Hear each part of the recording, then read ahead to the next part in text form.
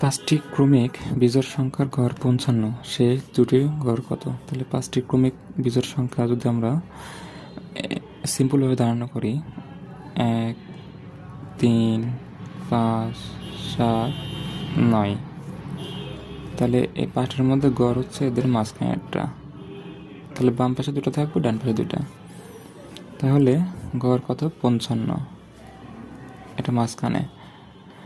পাঁচটি ক্রমিক বিজোড় সংখ্যার গড় ৫৫, শেষ দুটির গড় কত? তাহলে এর আগে দুটো সংখ্যা আছে, এরপরে দুটো সংখ্যা, তাহলে ৫৫-র আগে বিজোড় সংখ্যা হচ্ছে ৫৩, আর একটা হচ্ছে ৫১, আর এদিকে হচ্ছে ৫৭, আর একটা হচ্ছে ৫৯।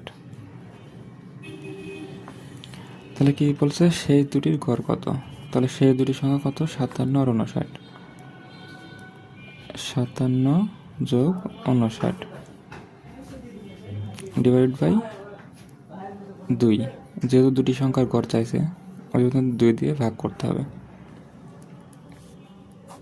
তাহলে ৯ আর ৭ ১৬, ১৬ ৬ হাত থাকে ১, ৫ আর ৫-এ ১০, আর ১ ১১, ২ দিয়ে ভাগ করতে হবে। ২ দিয়ে ভাগ করলে হবে ৫৮। এটা উত্তর।